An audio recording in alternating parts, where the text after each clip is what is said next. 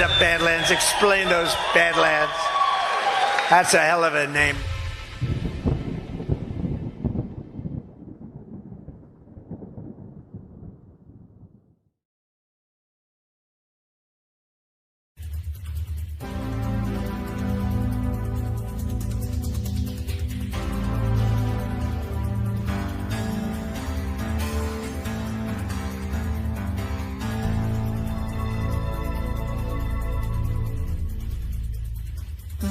Good evening. Today is Black Monday, the day the Dow dropped more than 500 points. Today the Dow dropped more than 22%. Everybody's panic. Everyone's in panic. Everybody was trying to find a bottom. 1929. But this crash in 1987 is not just an American experience. Around the world, stock markets fell faster than a skydiver without a parachute.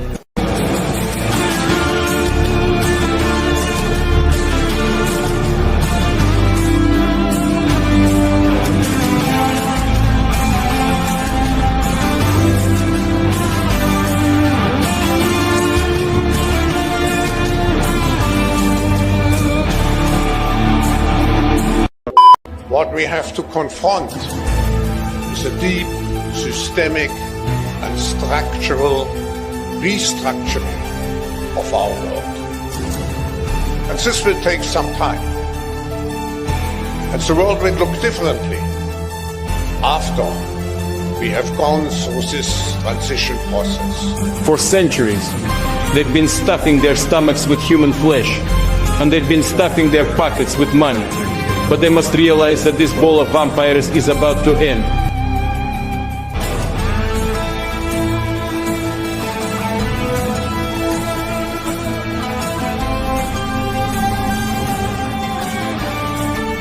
But the common people of these countries in their heart, they can feel what's happening. They can see our struggle for our independence, for our true sovereignty. And they see this connection with their aspirations to be truly independent, which is exacerbated by the fact that in the Western elites there is a strong desire to freeze the current unfair state of things in international affairs.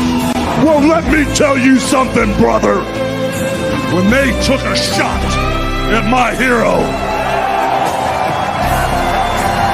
and they tried to kill the next President of the United States, enough was enough.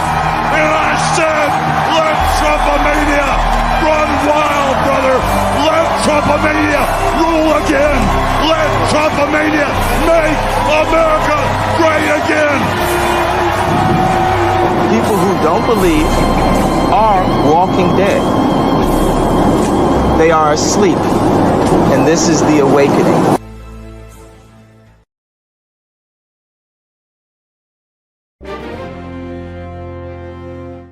Ever since Donald Trump descended that golden escalator to announce he was running for president, the skyscraper that bears his name has been a source of fascination. It's great to be at Trump Tower. So what's it really like inside this mysterious Tower of Power? The first 4 floors is one gigantic gold-plated atrium, a public space with high-end stores. But there's also a food court and a public garden that tourists are welcome to stroll through. From the 5th to the 26th floor are the offices for companies like Gucci, and no surprise here, the Trump Corporation. Trump's 3 grown children, Ivanka, Don Jr., and Eric, have offices on the 25th floor. After that kooky climber was taken into custody, he was actually interrogated in Ivanka's shoe showroom. Illegal climbing of iconic buildings is a growing problem. The building behind me on West 57th Street in Manhattan is a striking pyramid-shaped residential tower. It is an inviting target for a daredevil, but the developer installed an overhang to make it far more difficult to scale. The knucklehead who got all that attention was trying to get a meeting with Trump. Well, he didn't have to go further than the 27th floor, where the big guy has his office. And it's huge, but kind of messy. Check out the couch, covered in sports memorabilia. Tom Brady's Super Bowl helmet. Wow. This is Mike Tyson's belt. Floors 27 to 58 is the residential part of the building, 262 luxury apartments.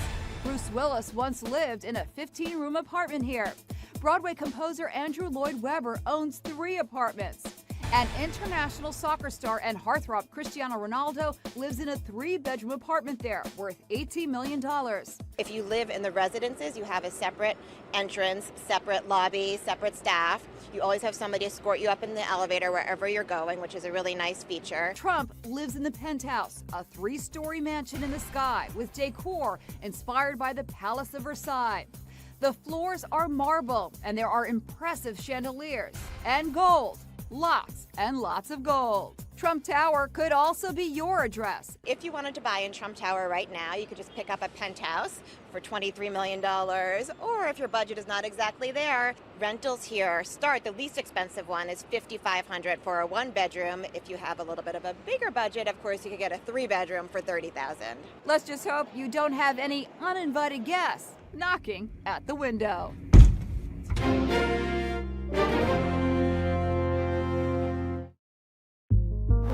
Today's about facts, not opinions.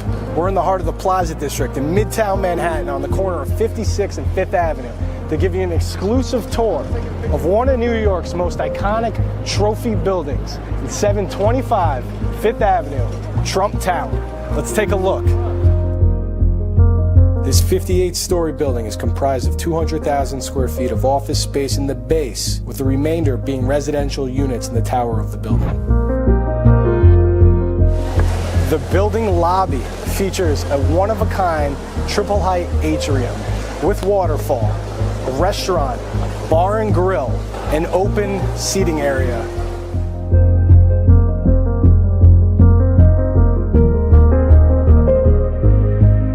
The base floor of the buildings are approximately 15,000 square feet, have floor-to-ceiling glass windows with dramatic 15-foot ceiling heights. Ownership will build out office space to a high-end standard with glass fronts and exposed ceiling. Additional office space availabilities in the building range from 5,000 to 7,000 square foot space. The building's unique architectural design allows for multiple cornered offices with private terraces overlooking 5th Avenue with Central Park views.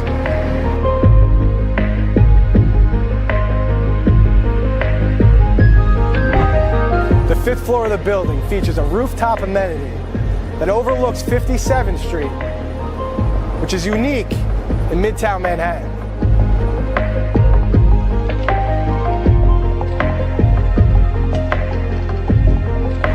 Thank you for checking out the building. Let us know your thoughts.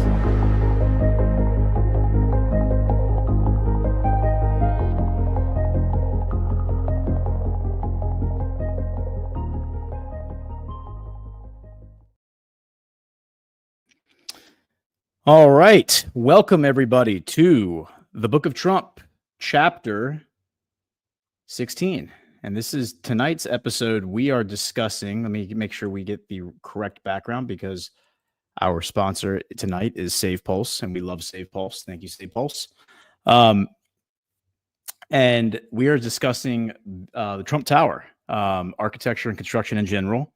This is a pretty relevant. Some people thought this was a random topic, but it's actually pretty relevant because they've announced in the past year that they're going to build 2 more Trump Towers in the Middle East. And of course, Trump just got back from his Middle East trip. And the only person that I could bring on to do this with me, of course, is the great Brad Zerbo. Brad, how are you? You're muted. I said, Dan, doing good. I think great might be subjective, but I appreciate it, man. Good to be here.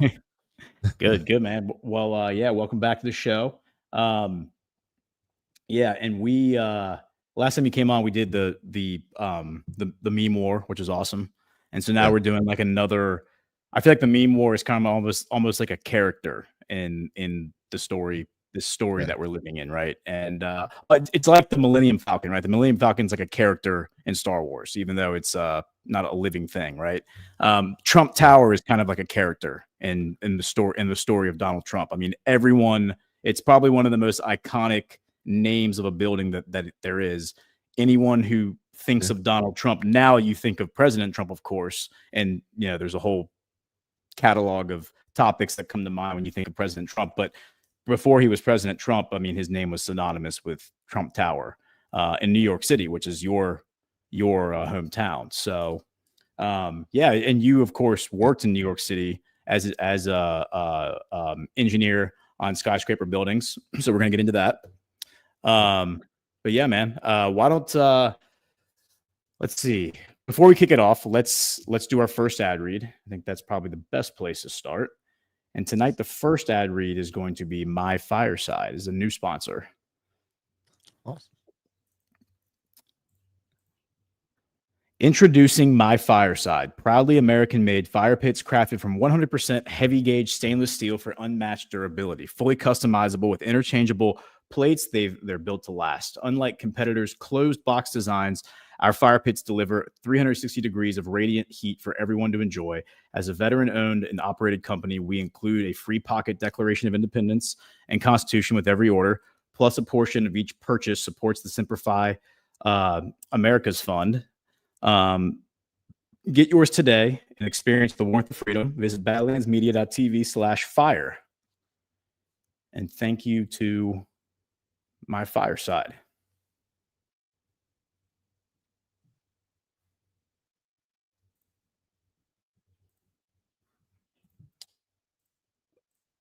All right. Yeah, man, like I've been on vacation for a week, got back last night, literally walked in the door and immediately I was actually like a few minutes late getting on Burning Bright show. So I got to do a few hours and like get some of the stuff out of my system that I missed from last week, which was a big deal to me. It's insane that that's the week you missed. Dude, I know. Like of all the weeks to miss, it's like that's the week I miss, of course. And like as soon as I realized that those things were overlapping, I was like, yeah, this is serendipity, but in reverse.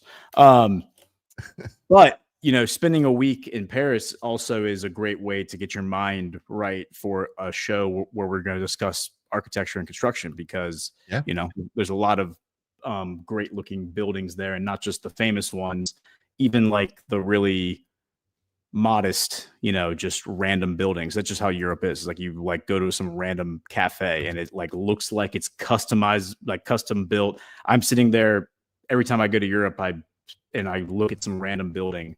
I'm like, dude, to build this custom, like to design it, to build it, and to execute it in America, this would be so cost prohibitive, because you'd probably be millions of dollars for this very, very just modest, like little coffee shop that probably doesn't really generate that much revenue, not enough to justify a multi-million-dollar build. And it's like, yeah, but they do it, but like they make it work over there. Yeah, the competitive nature and like you're saying, just between the regulations and everything, they've almost made it impossible to do stuff like that for a long time. We used to talk a lot on the job site about the difference between doing a nice building, which was very intricate and cool, which as the surveyor layout engineer was usually frustrating, but we would still like doing them, because then 2 years later you had a cool building to point to and say, oh, I worked on that. Oh, see that curve? I trigged out that curve. And, just cool stuff you can talk about. But they've kind of made it where, at least in Manhattan, for the duration of my time working there, most of them were just big square glass boxes, because it's just put it up as fast as you can. We used to do 2-day cycle, a floor every other day, a full floor of a skyscraper every other day. You'd pour it.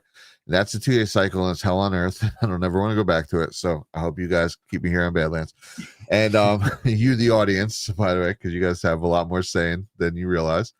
And basically, you would look, if you look at architecture, like you're saying, in Europe, there's a lot of remnants of the old Roman Empire, right? You can be somewhere next to a brand new building, and then right next to it, something that's 1,000 years old, and it's got care and craft to it. But even after the Roman Empire, that kind of stayed, where it's just amazing, like especially like places like Italy and like Barcelona and stuff, where there's amazing brickwork and just wonderful, wonderful architecture. And Paris and France in general is also known for that. And it must have just been stunning. As an architect, I'm sure you absolutely geek out going to places like that.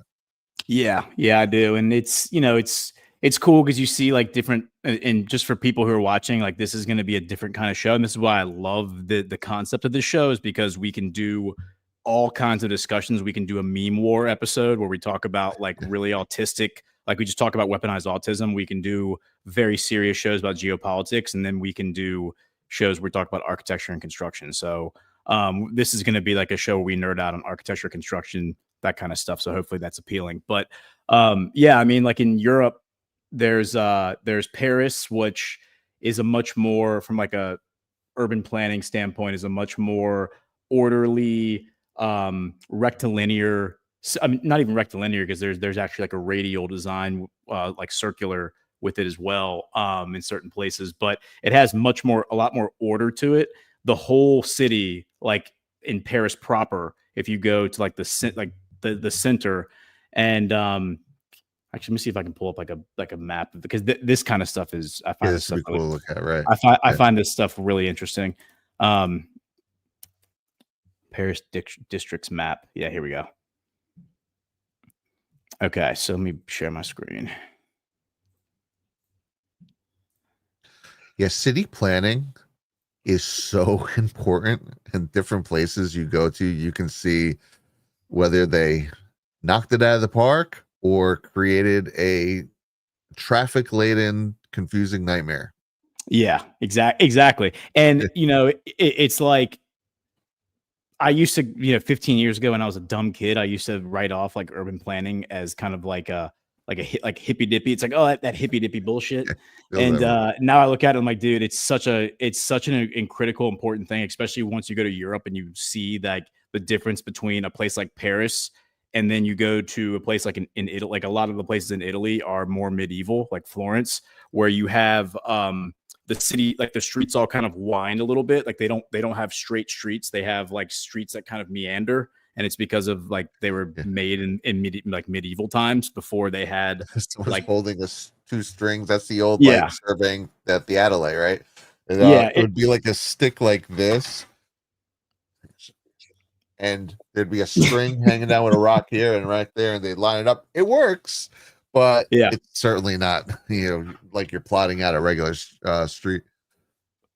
What's the saying? It's flush, plumb, and square, flush, and plumb.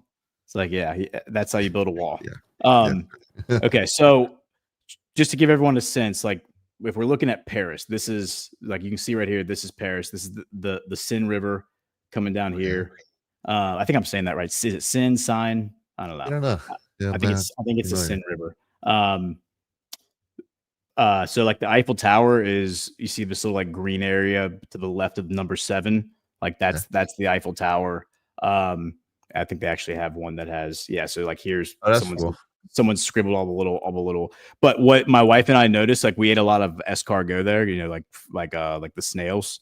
My wife loves that stuff.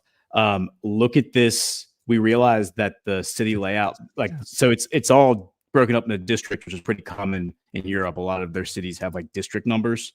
And this is for, I assume, for like political purposes, for like representation, but also it's for, like the travel, like the metro, whatever. There's a lot of reasons they use these numbers. But if you look, number 1 starts right here at the Louvre, right? And then it goes north to number 2, then it goes east to number 3, then south to number 4, then across the river number 5. It actually radiates out like a snail shell. That's great. I had escargot for the first time ever, and the last time we were in Deadwood with CanCon, and it was actually good. I gotta admit. What are your thoughts? I liked it. It's good, man. We all did, yeah. It's amazing if you just like deep boil something in butter, it's delicious, and it doesn't matter. It could be a snail. You can't go wrong. Yeah, if you deep fry something or deep boil something in butter, it's gonna be delicious. So you ever listen to Jim Gaffigan, the comedian? Yeah, sure. He's have an old shtick. He would talk about food a lot. One time he's talking about like how lobster or sea roaches, basically, is like sea bugs. He's like, it's just bug me. He goes, listen, I like butter too. Okay, but there are other vehicles to get the butter in my mouth that I'd prefer. But it basically is right. You can do anything in butter, is going to probably be at least okay. Yeah, exactly. But I know I'm kind of deviating here, but the point I wanted to make is that with Paris, one of the things that makes Paris a really unique city is that I think it might have been under, I don't know if it was under Napoleon or if it was under Louis XIV, but they built the city out. Like the city looks the exact same. Like it's the same style of architecture everywhere. Nice. All the buildings have this same look to them. And I'm trying to find like a good picture, like, so you can see like, this is what Paris is kind of known for, is like this look is where you have what's called a mansard roof. The mansard roof is designed so that it's a double angled roof. Some people call it like a Dutch gable roof, I think is how it's described in residential architecture. But basically what you're doing is you're creating, instead of having like a slope like this, you create a much more severe slope that then has a second angle that you can kind of see right here in these dormers that stick out. And the reason you do that is so that you have living area, right? Yeah, you have more living area. You can raise the ceiling space. If you've ever been inside of a like a finished attic that has just like a regular sloped roof, the wall is like way into the room because you have to wait until otherwise your ceiling starts at like 3 feet. So like I grew up, that's how my room was growing up, because my dad just turned the attic into 2 rooms for my brother and I, but it's exactly like that. Yep. There you go. These mansard roofs, that's what the Parisians came up with. Beaux Arts is what it's typically called. Like this is that's BUEAX, I think, arts. You can see more examples of it here. This is the Notre Dame, obviously. The Gothic architecture where you have the flying buttresses. Flying buttresses are basically, they took the support system of the church and they've moved it outside, so it's like an exoskeleton, so the buttresses are outside of the building. Cool. And so that's the crux of Gothic architecture, which is like the 13th century, and the whole point of it was to make like the building look very lightweight, so it looks very light. You have these really, really skinny little like support structures that are holding things up, stone that gets incredibly skinny, very, very intricately detailed. They had all the little gargoyles. They have the tall, pointy arches.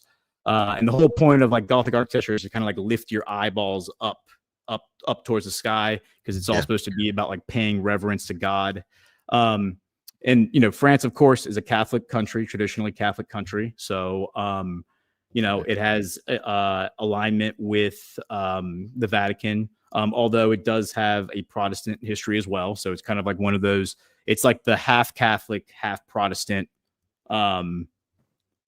nation, but the royalty, like the ruling oligarchy, identify traditionally with the Catholic Church. So it tends to consider itself a Catholic country. But yeah, like England. Yeah. So anyway, the England royalty went back and forth pretty famously and bloodily. Yeah. England was just straight up Protestant, and that's just Protestant on Protestant violence for a long time. No, well, they were aligned with the Vatican, the Catholic Church, for many years, the Church of England. Originally, yes. Yeah, and then he switched. I forget what king, maybe King Louis something or whatever, because he wanted to get a divorce for his 8 millionth wife, and the Vatican wouldn't grant it to him. So he's pretty much like, "Fuck you, we're Protestant now." And then like they went back and forth a couple times. There was like another back to Catholic and then another back to Protestant, and they all came with like waves of lots of murder. So times in England. Yeah. Well, so we'll go ahead and pivot to like the Trump Tower, but I just wanted to point out that like when you have the 2 cities that really stand out in my mind is Paris and Prague. I mentioned Prague last night Prague's probably like one of my favorite cities to visit. And the reason, I'll just show you real quick why Prague is so cool, is because here's another shot of Paris. So you can kind of see like here how all of these buildings kind of have that same style. Here's another shot. So they all have like these little variations. They all like take on their own characteristics, but generally speaking, it's like that yellowish beige color, which is like a stucco veneer. So they basically, for those who aren't familiar, it's like they plaster over Some of it's marble, but a lot of it is just plaster, and then they go into the plaster, and while it's drying, and they'll put designs into the plaster and make it intricate in some spots, and then you get like this bluish gray roof at the top, and like that's kind of like the definitive Parisian architectural style. And here's like another close up of what some of it looks like. And this is utilizing what's called the tripartite design aesthetic, which was developed in Italy during the classical, during the Renaissance, during the classical period. And so it's three. And then it was resurrected during the Renaissance, but it's 3 sections. So you have this, like, if you look right here in this picture, you have this lower section, like that would be considered like the ground section, right? And obviously you have like your quote unquote storefront, like engaging with the public street. And then you have this middle section from a design standpoint, which is just like how you create the facade of the building, which is the meat of your, like if you were writing an essay, you'd have your introduction, you'd have your conclusion, and then you'd have the meat of your essay. That's like the meat of your essay. TYP, to the typical section. Yeah, exactly. TYP, typical section, exactly. And then at the very top, you have like your penthouse. And so there's 3 sections together. 3 is like a very magic number in classical architecture. And all of these styles, by the way, Beaux Art, Rococo, neoclassical, everything you see basically up until modern, postmodern, which is like 1920s, is all based on classical architecture. So it's basically just taking like a different flavor of like, but you're taking the same design principles that go back to like classical architecture. And then of course, like the communists were like, all right, we're going to throw all that out and we're just going to build something like completely different. And that's how you get to glass boxes, where the developers like maximize as much leasable square footage as you can, so I can do my BOMA calculation. Have you ever done a BOMA calculation? What is it? Like maybe, but I'm not familiar with that nomenclature. BOMA is let me look it up real quick. It's like BOMA is the BOMA calculation is the Building Owners and Managers Association. That's what it is. International. It's BOMA or BOMI. So BOMI is Building Owners and Managers International, and it's like here are the official rules for how you calculate square footage. And so there's like 3 different calculations. Okay. There's 3 different calculations. It's like the calculation you do for like selling a building, the calculation you do for like leasing a building, and then the calculation you do, I think, for like applications, like zoning applications, that kind of stuff. I think those are the 3 ones. And it's all based on like, are you measuring from the interior face of the wall? Are you measuring from the exterior face of the wall? Are you measuring from the center line of the wall? Like talking about inside the wall. And that may not sound like a lot, but when you're talking about like 100,000 square foot building that's carved up into different tenant spaces, that 6 inches run 100 feet this way and then 50 feet that way. I mean, that adds up to, that could add up to hundreds of square feet, and it can be, that's hundreds of square feet per month that you're paying in a lease, if you're leasing the building.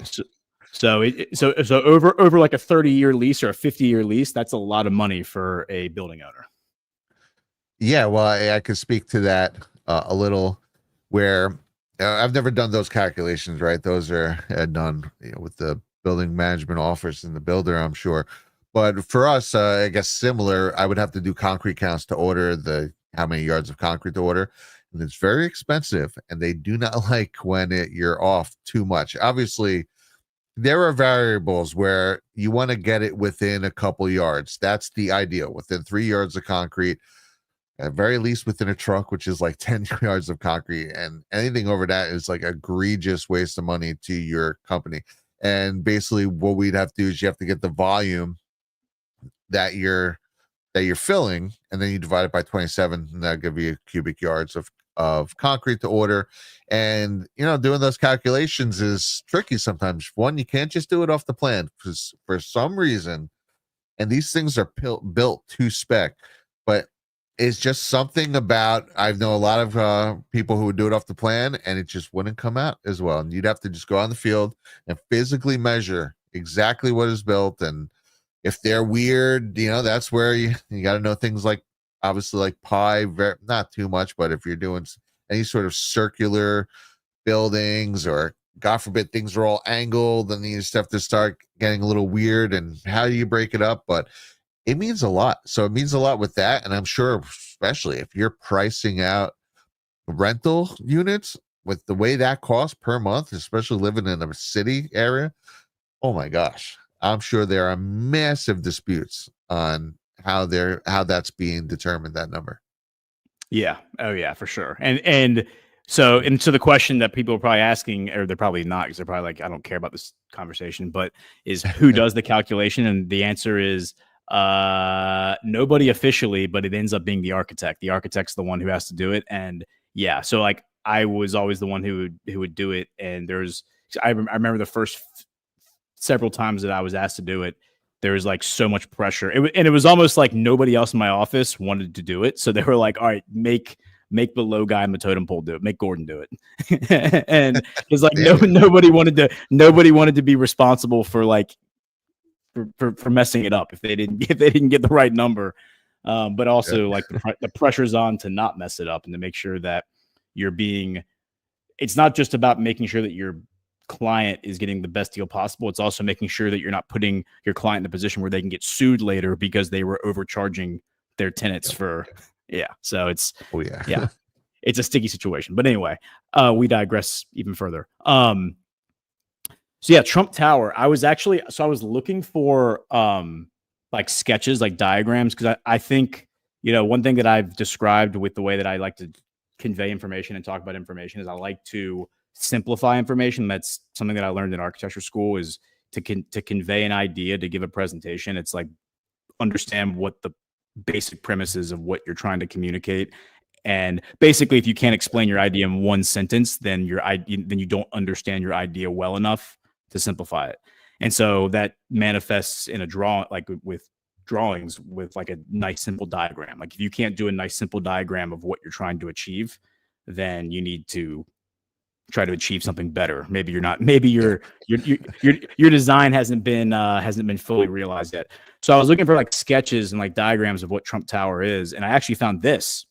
And this is from 2017. And the title of this article is July 2017. It says Deal of the Art, Trump's NYC. This is CNN. Trump's NYC sketch pulls in nearly $30,000. And so the TLDR is that a sketch of New York City skyline drawn by President Donald Trump fetched nearly $30,000 in an auction on Thursday night, receiving 11 bids, with the winning bid being $29,184. And this is actually a hilarious little sketch this is a great drawing by Trump, because he actually has some good skill here. And what I mean by that is that he conveys that this is a cityscape. You understand immediately that you're looking at a cityscape. You can see the river, the Hudson River right here, as I assume is what this is supposed to be. And then he does Trump Tower here, and he's able to draw Trump Tower, which is a few lines. All of his lines, by the way, are like overlapping. That's well, not all of them, but a lot of them are. That is something they teach in architecture school. But the fact that he's able to convey the shape of the building, and you know which building is Trump Tower by looking at this, that's the crux of a good diagram. And if we go over to this image, this probably is a better. Yeah, it's so beautiful. Yeah, here, this one probably actually is a better one. Yeah, let's do this, and then I think we can blow this up. There we go. Yeah, and so what, like we can talk about the overall composition of what this building is and what they're trying to achieve here. And obviously, as the guy explained, that second video we watched, the first one was an Inside Edition video that I played in the cold open from 2017. The second one I actually pulled from the Trump Organization YouTube channel, and I think it's the video that they use to like lease the space. Like this is like the video they send out to be like, all right, like here's the basic 2-minute elevator pitch on the building. Yeah. And as the guy explains in the video, the idea was just to create as many corner offices as possible. So you get this. You can see right here. And I'll zoom in. You can see you get this this stepping gesture in both directions. These steps. And what that does is it creates, not only does it create an opportunity to have an atrium, this whole, right here, you have this giant multi-story atrium. But then once it cuts into the building so that even though you're losing all of this square footage down here, like, you know, from the typical developer's perspective, they'd be like, dude, square that building out. Give me my glass box. Look how many floors of leasable space you're losing by doing this. Yes. But from Trump's perspective, he's like, no. He's like, I don't care about maximizing square footage. I want to sell as many corner offices as I possibly can. So instead of one guy in every floor getting a corner office, you get 1, 2, 3, 4, 5, 6, 7 corner offices on every floor from this one corner, plus the other 3 corners of the building. He probably arguably made more money doing that than he would have squaring it off. So it's genius. For sure. Yeah. So that means you get potentially 10 corner offices on the floors that where they're commercial offices. But if it's not an office, it's like it's a residential apartment where you get like that corner condition, which is huge. So, you know, from an architectural standpoint, that's the intent there. And that's obviously there are pros and cons to that from a business standpoint, because as I just explained, you're sacrificing square footage, but you're upping the value per square foot. Because not only are you increasing the intrinsic value of the square footage by creating more corner offices, you're also lowering the amount of square footage available, which, you know, less supply, higher demand. So that's inherently going to drive the price as well. So anyway, as far as like kind of just some fast facts here, let's see. The building is 664 feet tall, 54 stories. They marketed as 68. It's mixed use. It is on 5th Avenue between 56th and 57th Street, which is going to mean more to you than it does to me necessarily, because you are being from New York. Prime location in the city, man. That is right in the heart of Manhattan right there. Interesting. I want you to talk about that here in a minute. Sure. Construction period, 4-year construction period from 1979 to 1983. It opened on February 14th, 1983. Developed by Donald Trump. The architect was Der Schutt, I think is how you spell it, D-E-R, and the other word is S-C-U-T-T. And it sounds so Der Schutt, I think, was the architect, and then it sounds like the company was Swank Hayden Connell Architects. The structural engineer was Erwin Cantor. And then just some of the design features that are listed: postmodern style with dark glass curtain wall. A curtain wall is like the glass wall that makes the skyscraper. Yep. Angled facade, creating a sawtooth pattern. We just talked about that. Interior water, a 60-foot interior waterfall in the atrium. Atrium topped by a skylight. We just talked about that. And bronze and pink marble finishes. Yeah, so it's, let's see.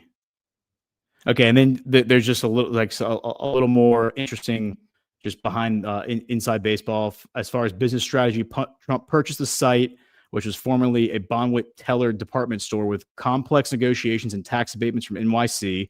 We kind of talked about that a little bit on the Book of Trump or on the Are the Deal episode and the Roy Cohn episode, because Roy Cohn kind of helped with some of that stuff, the tax abatement stuff.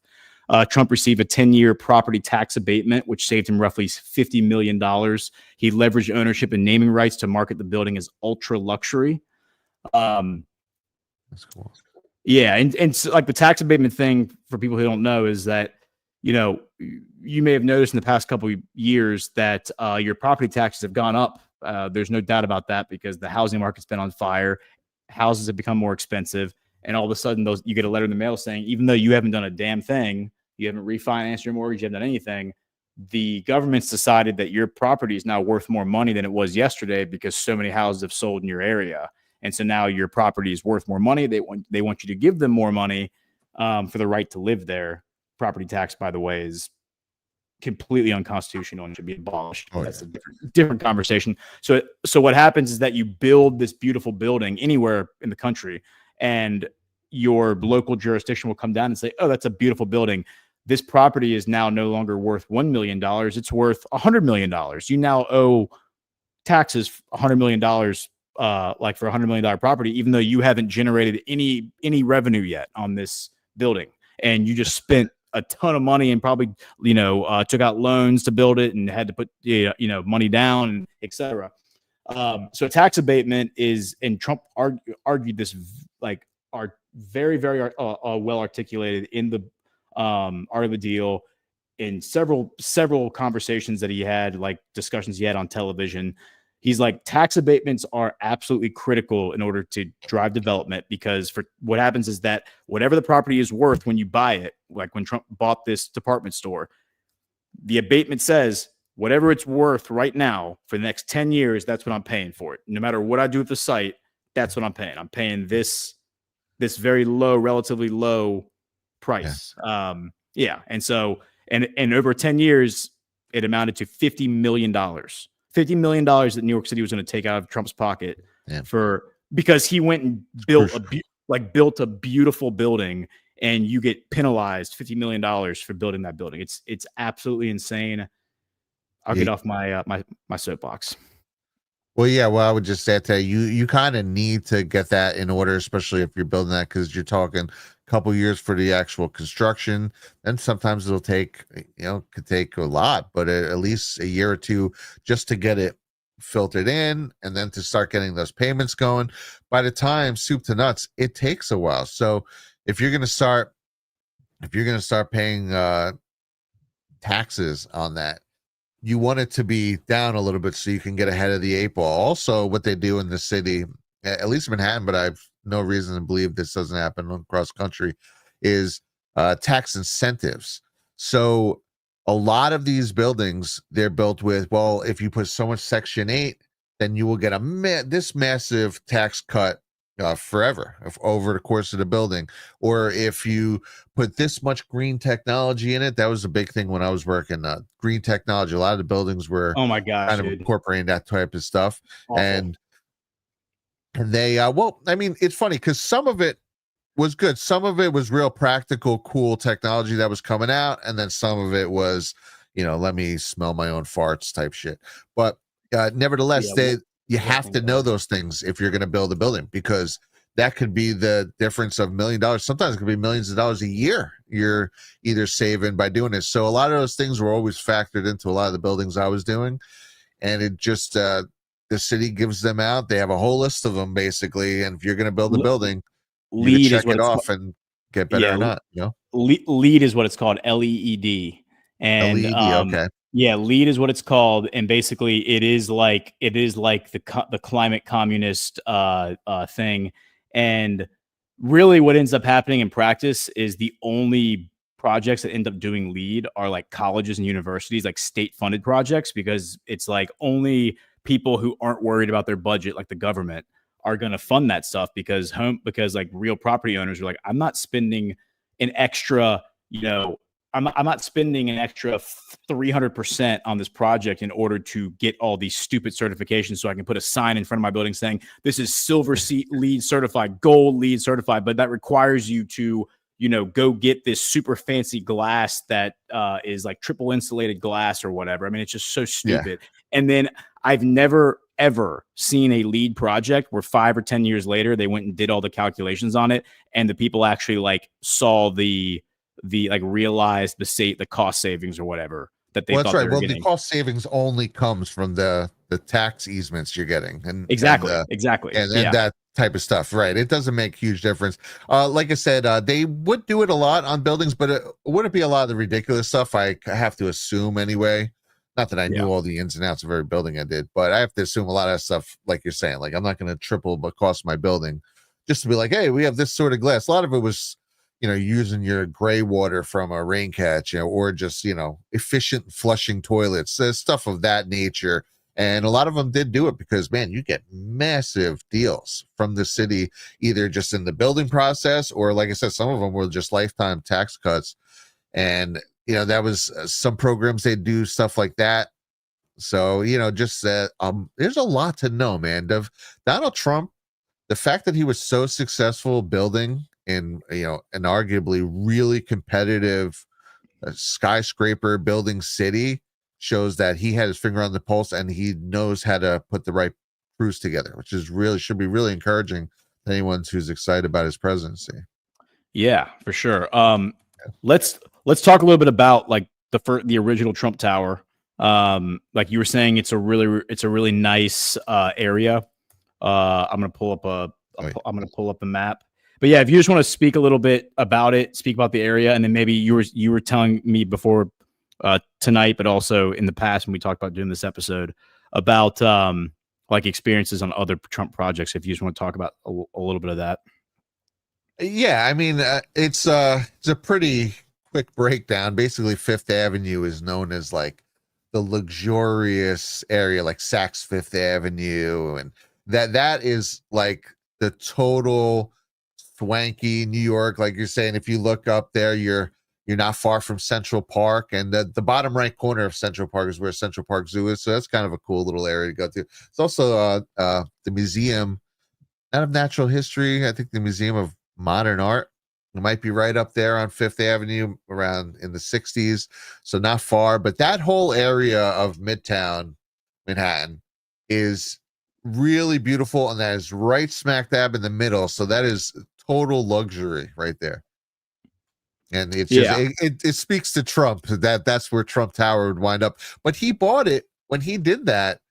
That was a lot of forward thinking. He necessarily didn't plan that, because in the 70s, especially late 70s and into the 80s, man, Manhattan was just, you said that was built in 79?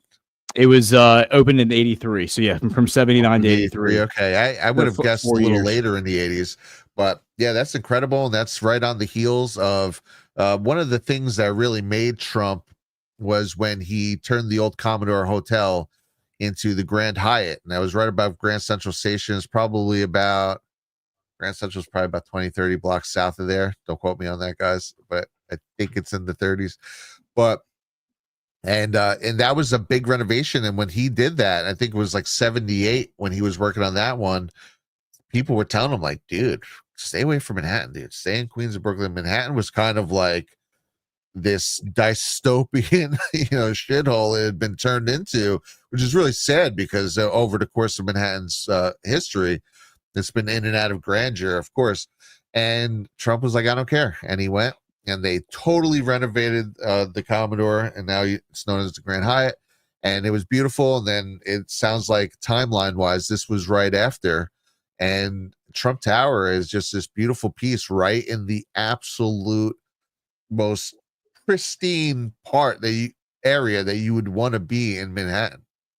So this is this the building right here? This is the Grand Hyatt? Yep, there it is. Okay, yeah, right under that is one of the biggest train stations in New York, Grand Central Station. That and Penn Station are both just massive. You can pretty much go anywhere in the country via train, starting your journey at one of them.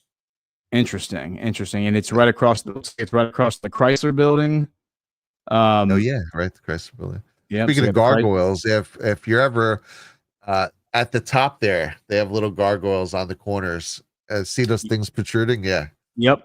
That's actually a French. That's a French. You see those all over the place in Paris. These are cool. This is like a French design concept, and this building is actually like an Art Deco, which is a style that you see all over Paris as well, from the 1920s. That's like retro early Hollywood style. Like if you've ever seen like the words and the letters that are like throwback, like Hollywood stuff. That's Art Deco, but that's what this building is. That's beautiful. I used to stare at that one through the transit. Well, basically one of the great things working in Manhattan, especially being a surveyor, transit's basically a high power telescope, or it could be called a theodolite or a total station. They're all kind of names for slight variations of the same tool. But if once you get high enough, you're typically, once you get to like the 20th to 30th floor of any building in the city, you're above 50% of the other buildings. You just have great sweeping views of everything. And any building I've ever done close to the Chrysler Building. I used to zoom in, look at the architecture, look at those gargoyles. But a lot of the old buildings in the city have really cool stuff up high, which just shows like attention to detail. I mean, these are things that, especially when they were built, the Chrysler Building was built in the early 1900s. No one's going to be on top of another building looking across at that. You need a freaking telescope to look up at it. So it just shows that they took a lot of care in their craftsmanship. Yeah, to that point, this building next to Trump Tower is the Chippendale building. And Chippendale was a furniture company, and I believe this was built by designed by Philip Johnson. Yeah, Philip Johnson. So Philip Johnson, who's a pretty famous architect, never got his architecture license, which I respected. When they like started implementing architecture licenses, he told them like to pound sand. He's like, I'm not getting a license. Like, I'm whatever. Yeah. Like 50 years old. I've been doing this my whole life. Like, pound sand. And they kept letting him design buildings, even though he never got an architecture license. So I respect the fact that he told the regulators to pound sand and still continued to work. But if you look at this building, you see how it looks like the top of like a dresser, like a wardrobe. Yeah, it does, yeah. That's what the point is, because it's the Chippendale was known for their chairs. Like they designed like dining room chairs. That was like they had like an iconic chair that came out, I think, like around the turn of the 20th century. But I suppose dressers as well. But that's what the top of this. So this building when it was built, I want to say circa like 1920, 1930. I might be mistaken on that. It feels furniture-y. It totally, yeah. But that's cool. It's like that's someone who's excited to make a building and like, dude, I want to put a cool design here. 1984. I'm sorry, it was built in 1984. Wow, right on, man. Yeah, dude. For some reason, I thought that was like a 1920 building, but nope, 1984. I guess it makes sense because Philip Johnson was like latter 20th century, but still cool buildings being made. I mean, there's still cool buildings to this day being made, but like I said, most of them were big boxes. I don't know if it would have come up. Put in, it's like 731 Lexington. Try that. I believe. Actually, I'll be shocked if I 731 Lexington. We knew it as the Bloomberg building when we were building it. Yeah, yep, that's it. And this is the tallest building I ever built, or I was ever a part of building. The top, the light wells, those are light wells at the top. One of them is an inch off, thanks to yours truly, because I messed up the jack up stick. And and then they kind of just wound up going with it. It was so, the steel was down, everything was there when we realized that, was it? I think I had made it an inch lower because the end of a tape, I wish I had one. The end of a steel tape, the tab is the first inch. So it's a common mistake that like rookies will make where they'll cut that, which is really starting at 1 inch. So I made one of those floors is a whole inch shorter. But that, oh my gosh, I used to have crazy, I don't know where they are anymore. I think they might have got destroyed in the hurricane, but I used to have crazy like disposable camera pictures of, you could see all of Central Park. You could see out to the right to the 59th Street Bridge, all the way over, looking over Queens and stuff. And that was a trip doing that job. So it is a big glass box, though, you got to say. Is this where they put the Christmas tree? Is this like Rockefeller Center, or is that? It's not Rockefeller Center, but they do things in that atrium. Okay, I remember that was a cool. That actually had to use a little trig down there, so that was fun. Anytime doing anything curved or cool, it's just cool when you go back to, and from the street level, that kind of looks pretty cool. Yeah. Well, and people won't appreciate that like the most of what you do when you're doing engineering architecture work is just like rinse and repeat, like the same old thing over and over and over again. So when you get to do something goofy like this, it's like it makes the job interesting and it's a challenge and it's something different. But if you had to do something like this every single day, you would probably hate your job and find balance, and like find another line of work because that's how like tedious and painful it can be to try to figure out those really, really cool design features. Sweet. What was the other one that the other Trump project that you were talking about? There's another one that. Okay, yeah. So you know what? I could even bring it up if you want. Let's see. Yeah. Because I feel like it's just cool. It's cool to get to talk construction, man. Because this is like the whole biggest part of my life for basically a long time. I know, right? Okay, let's see. Yeah, Riverside South. I don't know if you want to pull that up. I got the old Wikipedia page. There we go. So this was a development that Trump had been bidding for all throughout like the 90s and stuff. In fact, I found something funny on this while I was looking before I go into that. Let me see. I'll pull that up. This was the one that was in Art of the Deal, I think, if I'm not mistaken. Oh, we saw. Okay, and is it a whole row of them, dude? There's like 10 to 15 what of them. Year? What year was this built? This looks like this was probably built after Art of the Deal. Oh yeah, you're right. It had to be. He probably was talking about maybe the dealings in Art of the Deal because it was all throughout the 90s.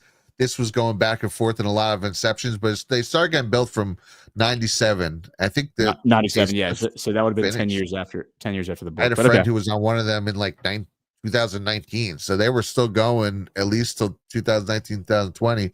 And this right here is this is my first building ever, this Trump Building F. And when I was looking it up, I ran into this, an old New York Times article from 95. Yeah, from 95. And of course, one of the people being a thorn in Trump's side about it was effing Jerry Nadler. And I just thought that there's not much more to it, but he was really upset about this project and that they wanted to maybe put the West Side Highway underground. And it's funny, at some point, I don't even know if I can find it, where Trump's just like, I don't care. Like basically Nadler and the politicians were all trying to make this big deal. Trump's like, I don't care what you do with the highway. I just building my buildings, man. Leave me the fuck alone. And and they wound up keeping the highway. Here, I'll go back here. See, this is the West Side Highway. Right around this street, I believe this is 59th Street. It elevates. Otherwise, this goes all the way down. I mean, this is right next to the trade towers. When you're watching a lot of that footage, that's the West Side Highway. It goes the entire length of the city, and then it elevates here and becomes the Henry Hudson Parkway. And we used to park right under here. There's a let's see if there's there we go. Yeah, so it was right under here. They also did a lot of work on the side here. Are these like these pictures from the project? Yeah. Yeah, nice. Yeah, so this is as it was going on, they were doing a lot of taking away a lot of these old piers and restoring them. This is what it was beforehand. It was like these old train yards. So those buildings you just saw are all lined right along here. And then this is some of them from the side, and this is what they did. That a lot of cool renovation. And this is part of the whole project. So, you know, this is, again, Trump was involved in that. Here's some of the early designs.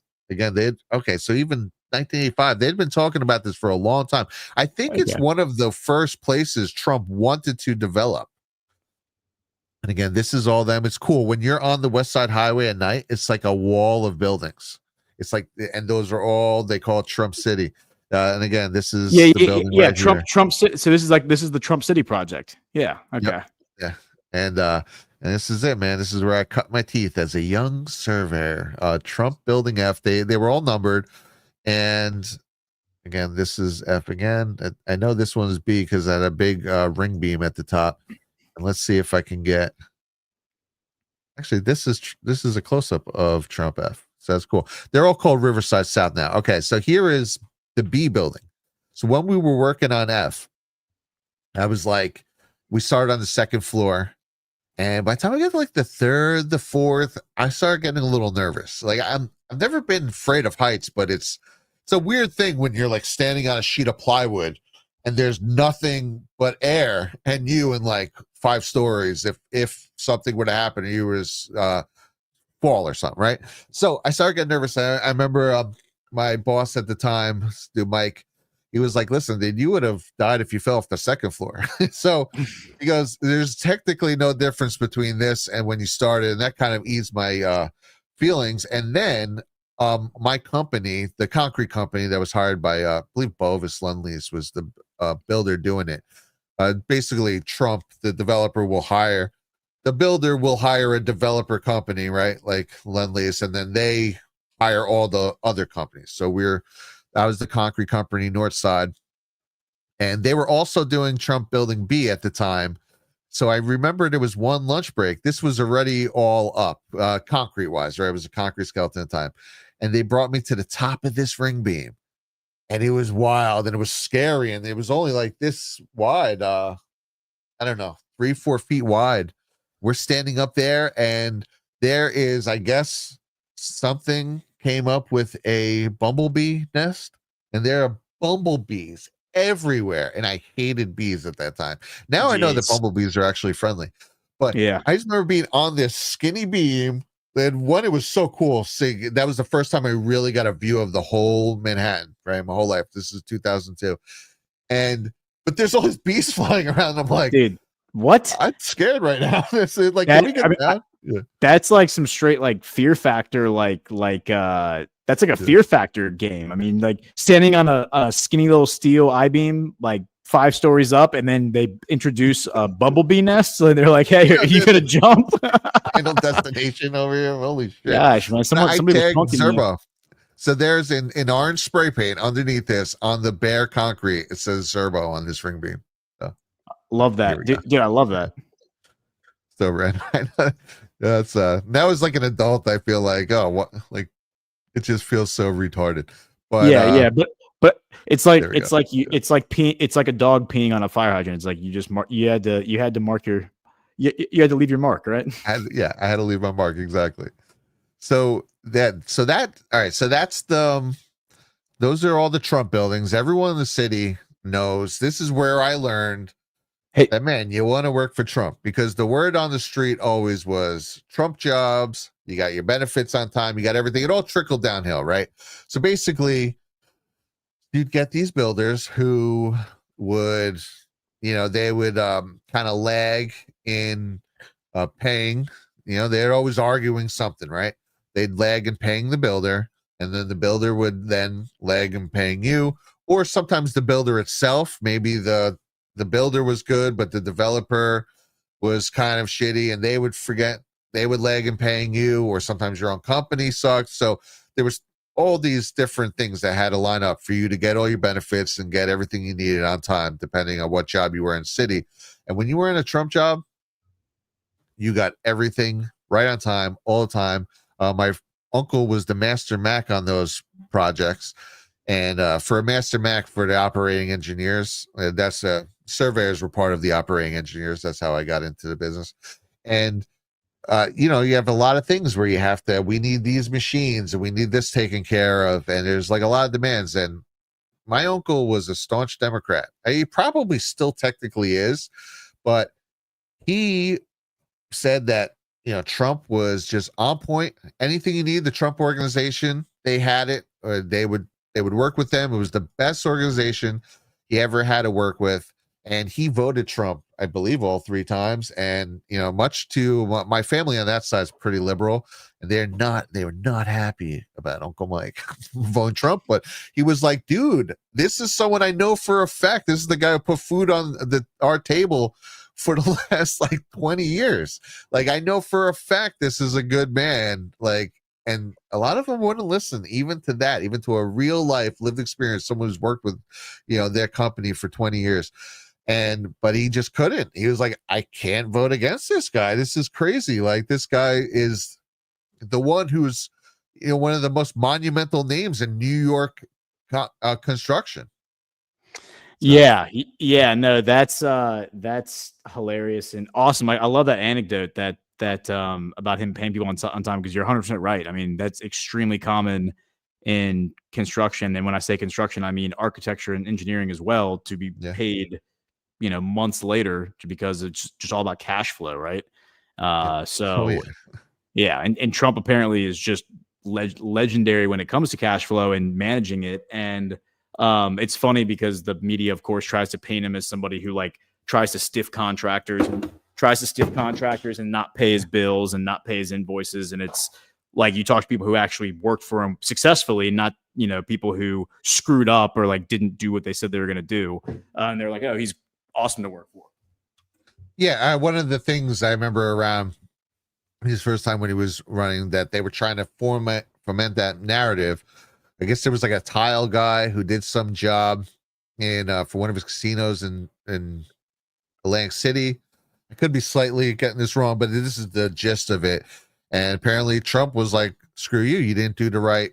You didn't do what I asked for. And then there was arguments over payment, and they didn't pay him as much as he said. And it was this so cherry picked singular instance, which, you know, when he's not allowed to stand up for himself, if you're not doing the job you paid someone for, this is how you have to operate. And it's funny because he's done so many construction jobs. The amount of things on one building, decisions of people who are getting paid on one building, you're talking about like 1,000 people just for one building over the course of a couple of years. And this guy's put up so many things to go in and cherry pick one incident and say that that's the book on Trump is absolute insanity to me. This guy who's made 100,000 decisions of this nature, and you found one that didn't go your way. So yeah.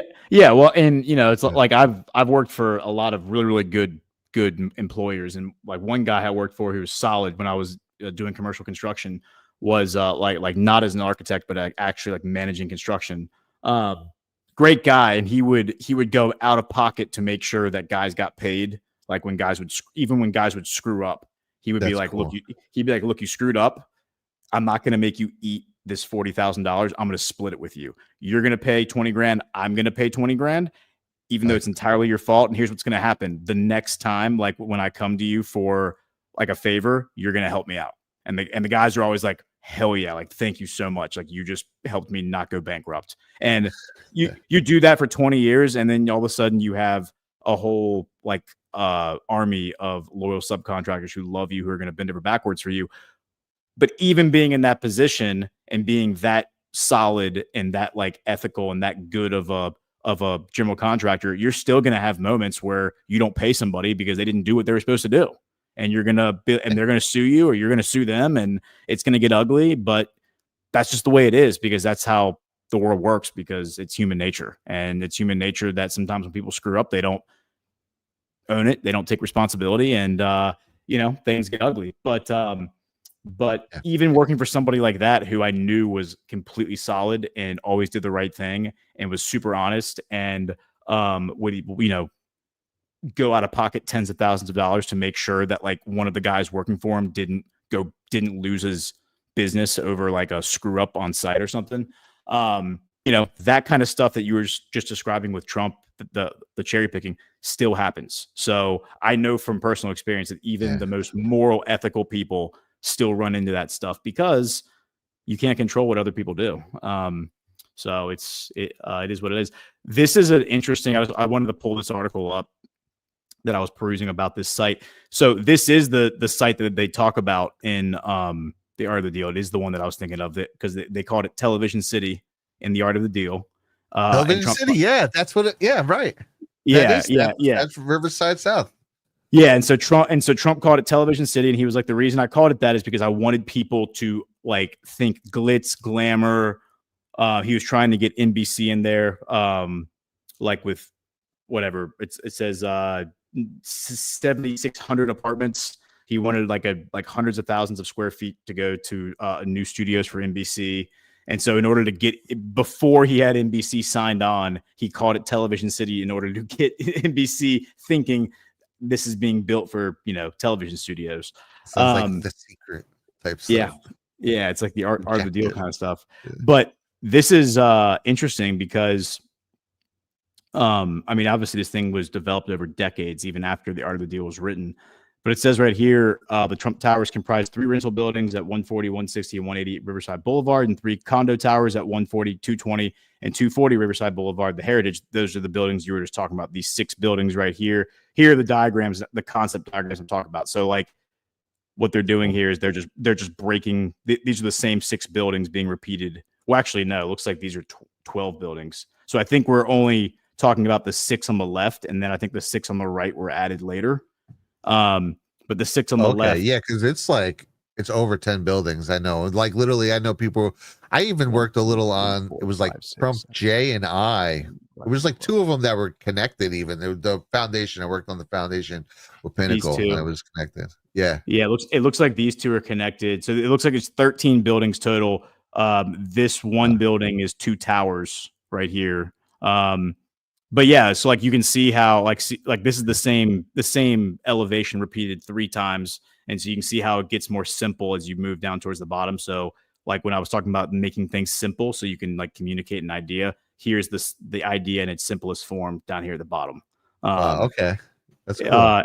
But it says right here in 2009, the Hong Kong. This is a 2017 article, I believe. It says in 2009, the Hong Kong investors sold the land to Gary Barnett's Extel Development and the Carlyle Group for $1.76 billion, prompting Trump to file suit against his Hong Kong partners for allegedly underselling the site. The 3 rentals were later sold to Equity Residential, and recently, after the successful petition of residents had the Trump name was finally removed. Wow, TDS is a hell of a drug. Yeah, dude. Yeah, I remember that. But that's So here's a picture of like the full site. Oh, that's cool. Yeah, I guess it's not showing the last couple buildings here because you got the double tower here, but the first 6 that you were talking about, 1, 2, 3, 4, 5, 6. And yeah, man, like this is very relevant to what we're talking about the Middle East right now, because to be a developer and to build like the way that and to do what Trump does, you have to have vision, because what you showed us the pictures of what this place looked like before. It was like a dilapidated, rundown rail yard, right? I mean, it was like a bunch of like piers that were half sunken, and obviously there's just like you're probably going to get like vagrants and just a whole bunch of nonsense in there. With the right vision and billions and billions of dollars, and thousands, probably tens of thousands of man hours on the design side and the planning side, and then obviously on the construction side, you get this. And then think about that. This is like a splinter in the entire wooden board that is New York City, right?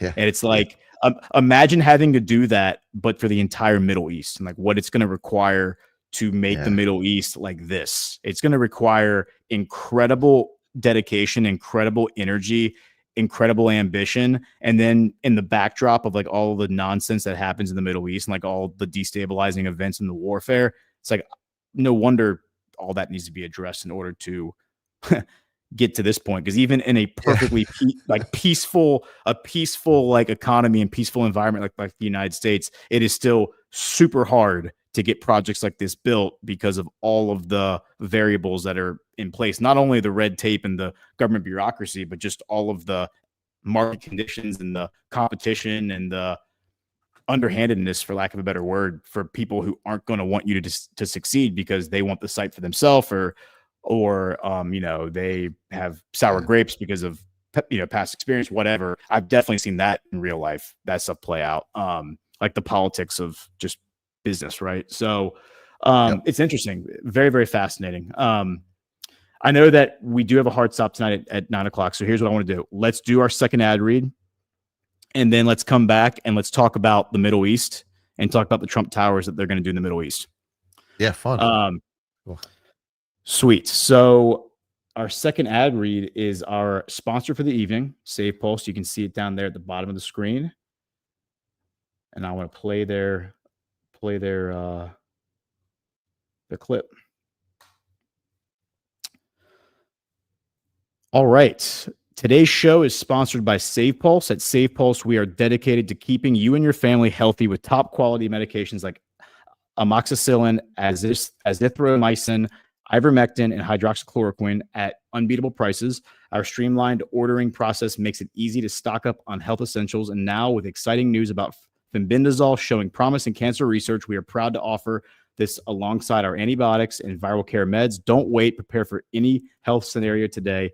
Get your supply and stay ahead of the curve with Save Pulse. Now save even more. Visit badlandsmedia.tv/meds and use the promo code SAVEHEALTH at checkout to get a 20% discount on orders over $100.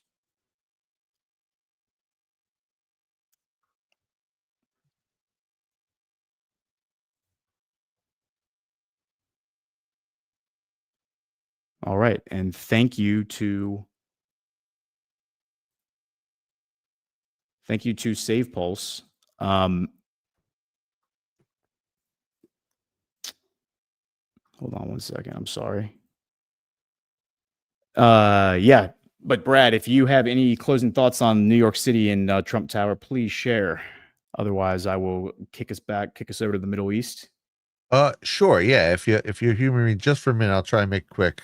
And let's see. Let me share this. I'll just say that really quick. When I first started, everyone had come off the Trump World Tower thing, which was the finished, I believe, in 2001, and it was the tallest residential building in the world for a couple of years.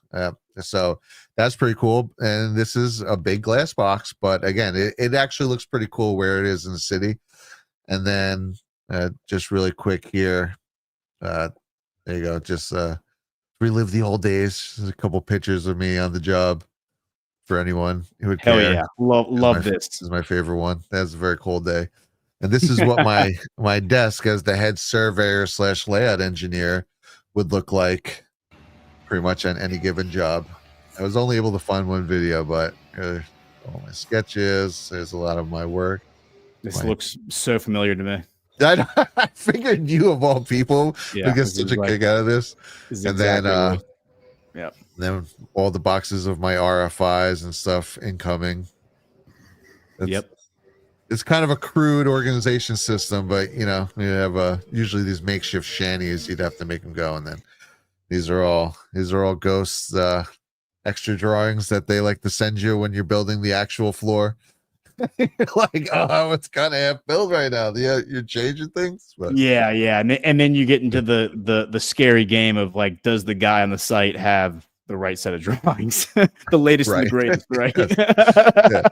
Yeah, a lot of my job was literally making sure the architecturals and structurals made sense to each other, and they don't always jive. And then you have to put in RFIs, and it's like no one wants to give you an answer until the 0 hour a lot of times of which one to go with. But people take for granted how often that stuff doesn't match, and it's a real problem when it doesn't match because it's not built right. Okay, so just to recap, I wanted just to run through this real quick since this is the Trump Tower episode. Here are all the locations where we have Trump Towers currently. In New York, you have Trump Tower, 5th Avenue, which is the flagship. That's the one that we looked at the beginning. You have Trump World Tower, the one that you just showed. You have Trump Plaza at 61 and 3rd Avenue. You have Trump Park Avenue, formerly the Del Monaco Hotel. You have Trump International Hotel and Tower in Columbus Circle. In Chicago, you have the Trump International Hotel. By the way, that was supposed to be the tallest building in the country, and it was being built at the same time as 9/11. And after 9/11 happened, they purposely scaled it down a little bit. Really? Because of it was like a sensitive subject at the time. Yep. To be the tallest in the world. Wow. It was going to be, and they rocked some off that. So then once the Freedom Tower was built, that would be the tallest. But they kept it. They didn't think it was appropriate after the towers were hit and all that happened.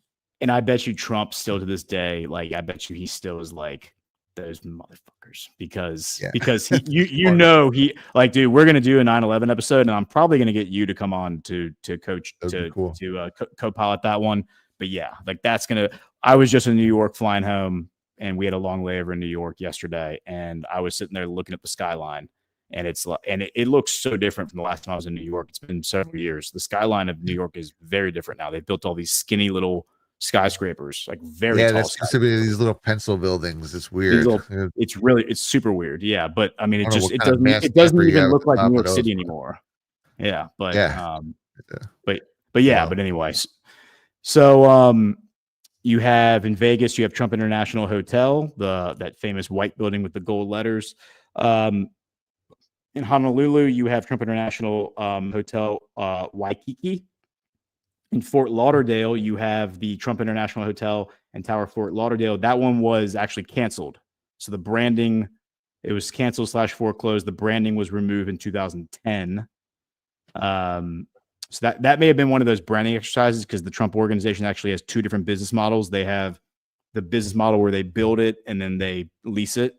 And then they have the business model where they basically just sell the name, like the Trump brand name, to somebody else who then that Riverside South Trump City, it kind of started that, where I think he only retained 30%. That Hong Kong company wound up buying the controlling part, and part of it was being able to use the Trump name. So. Yeah. Okay. And then we'll run through the international ones real quick. In Canada, you have one in Toronto, you have one in Vancouver. In the Philippines, you have one in Manila, Century City. That one is a licensed one. And also, it sounds like the one in Vancouver opened in 2012 or 17, but the branding was removed in 2020. That must be a TDS thing, I assume. Yeah. In India, you have one in Pune, you have one in Mumbai, you have one in Calcutta, and then one in Delhi. And then in Uruguay, you have one in Punta del Este. And then it looks like there were projects that were planned, but either canceled or just never built in Azerbaijan, in Moscow, in Batumi, Brazil, Florida, Panama, St. Petersburg, which is Russia, and Indonesia, Jakarta, Indonesia. So that's pretty interesting that you have all of those. And then real quick, I wanted to run through the Middle East one, and I am going to let you go at 9 because I know that Abby has her show starting. And if there's any rants or whatever, at the very least, I got to be muted at 9. That's all. Yeah. I can hit the rants at 9 and we can get out of here. So we have this. Eric Trump posted this. When did he post it? Right here, December 11th. And he says, incredibly proud to officially launch a project that has been underway for many months, Trump Tower Jeddah. Thank you to our partners at DAR Global. This will be our 5th project together among the most luxurious buildings anywhere in the world. DAR Global is the Saudi development company. I believe it's the Saudi development company. It's the one that it's a UAE/Saudi. Yeah, so it's based in the UAE, but I believe it has Saudi ties. But it's a UAE-based development company. It's the one that they just last week, when Trump was in the Middle East, they were like, we're doing a huge DAR Global development project with the Trumps in the Middle East. Dude, they only have 3,100 followers. DAR Global needs more followers, man. But anyway, let's watch this 25-second clip.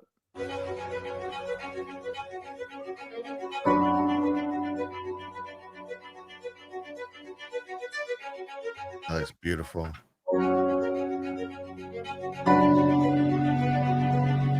I did a Kushner building in Long Branch, New Jersey that had a cool wavy roof like that. I wonder if that contributes some of the idea. Interesting. Yeah, so in DAR Global, I believe, is the company that's investing the $200 billion, because the UAE said they're investing $200 billion into the US, and I'm pretty sure DAR Global is the one doing that. Okay, so so that was Jeddah. So Jeddah is, let me just show everyone where Jeddah is.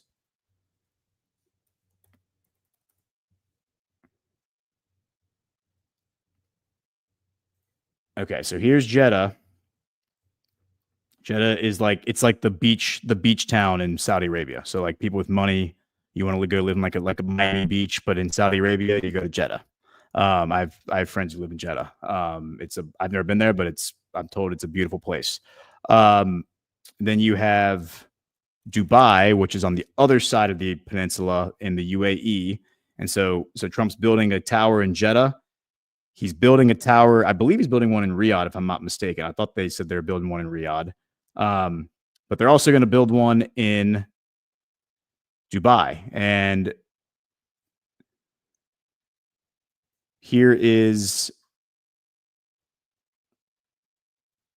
No, so it sounds like it's just going to be Dubai and Jeddah. I thought they said Riyadh, but so that was the one that we just looked at. That this is the Trump International Hotel and Tower in Dubai, and this is the Trump Residences in Jeddah. So we just saw the one in Jeddah. This is the only Trump International Hotel and Residences in the Middle East. Starting price here is $1.1 million for a 2-bedroom, and the 3-bedroom is $1.75 million with a 6-year payment plan. The handover of this tower is in 2031. You have the views of Dubai skyline, the downtown, the beauty of Burj Khalifa, the DIFC, and the Persian Gulf.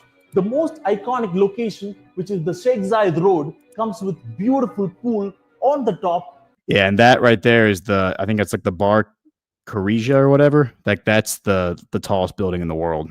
That one on screen. So, yeah, man, this is let's go ahead and do your outro because we got only a few minutes left before Abby has to go live. But Brad, thank you for coming on. Wish we could go for another hour and a half because I could definitely sit here and talk and just be like an architect nerd for the next hour and a half. But we are going to have you back for 9/11. So we will see you soon.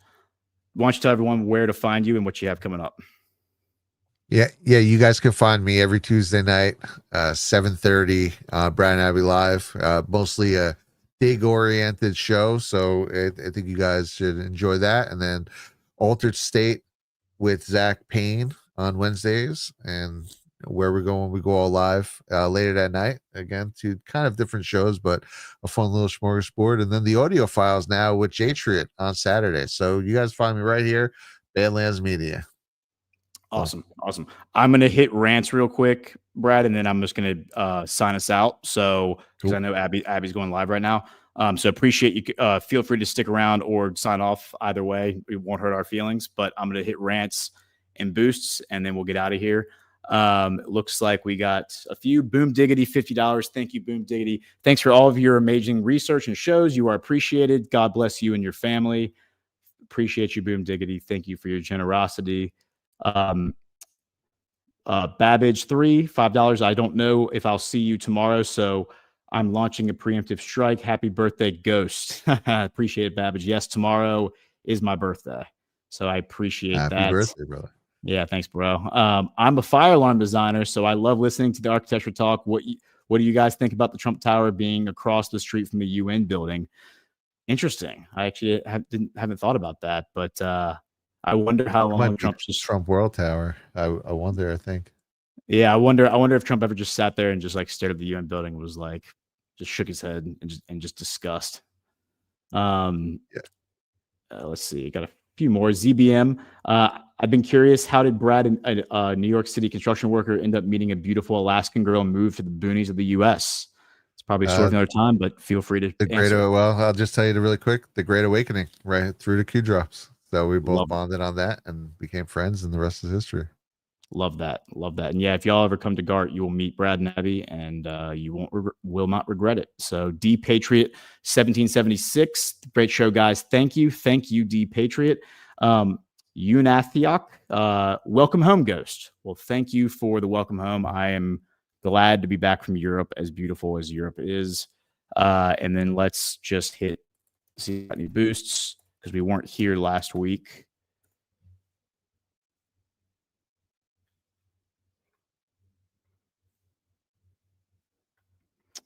All right. I think we might be good. I think we are caught up. So, all right, everybody, we appreciate you being here. Please hit the thumbs up. We're back next week. We're going to have Jordan Sather on. It's chapter 17, so you know what the topic's going to be.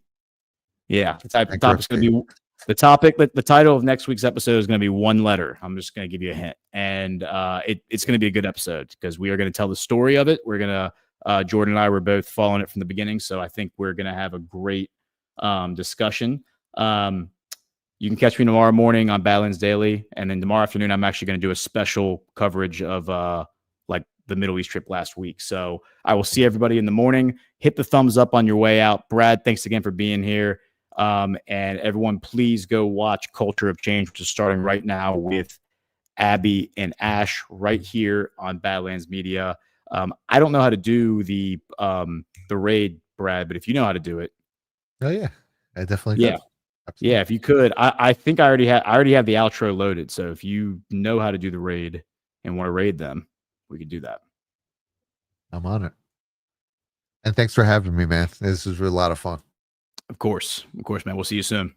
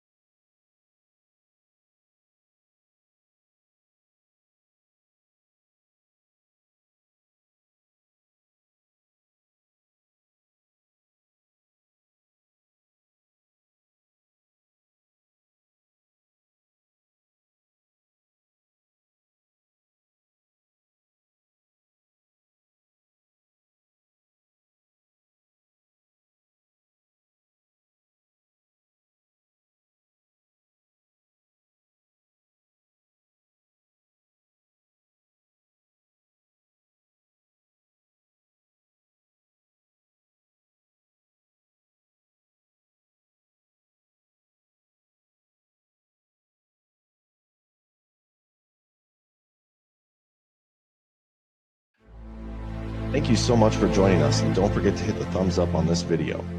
And a special thank you to all of our advertising partners. Please remember to shift your dollars to support those businesses that support Badlands Media.